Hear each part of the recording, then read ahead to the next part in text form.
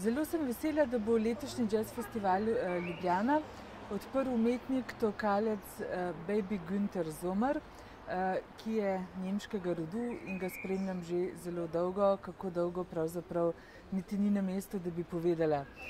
V glavnem zato, ker je zanimiva osebnost, včasih vzhodno-nemške kulture, danes pa seveda nemške, izjemno angažiran umetnik, bil je že pred davnimi leti enkrat v Ljubljani.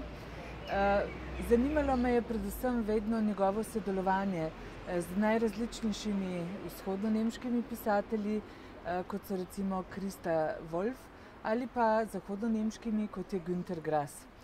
Zanimiv človek, velika intelektualna osebnost in pa tudi angažiran umetnik, ki opozarja na najrazličnejše družbene krivice, tudi tiste, ki so bile strani nemške vojske prizadejane ljudem v času druge svetovne vojne.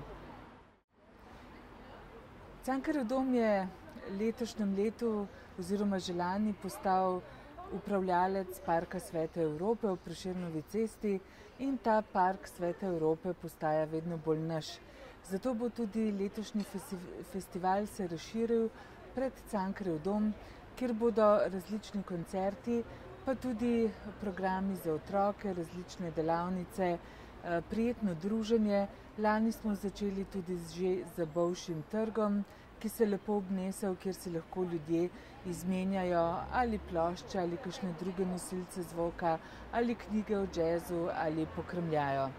Festival nikoli ni samo umetniški dogodek, vedno je to tudi druženje, festen in upamo, da bo Park Svete Evrope letos eno od prijetnejših in zabavnejših prizorišč za vse družine, tako za obiskovalce kot tudi za njihove otroke.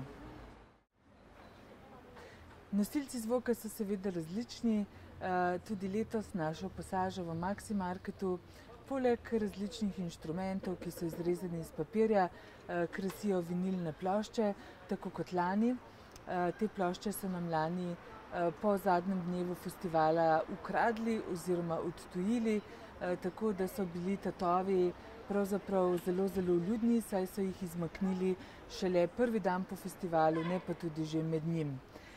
V glavnem, kar zadeva nosilce zvoka, nimam kakšnih, kako bi rekla, revolucionarnih idej, razen to, da so pri nas doma vsi nosilci zvoka še vedno na CD zgoščenkah in na ta način uživamo v glasbi, kadar ne obiskujemo koncertov v Cankarjevem domu ali pa kje drugje.